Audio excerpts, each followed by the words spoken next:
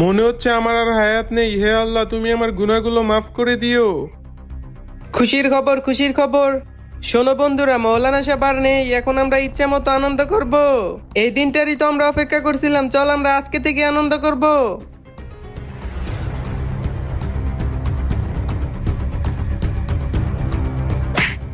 আরে কে রে তুই?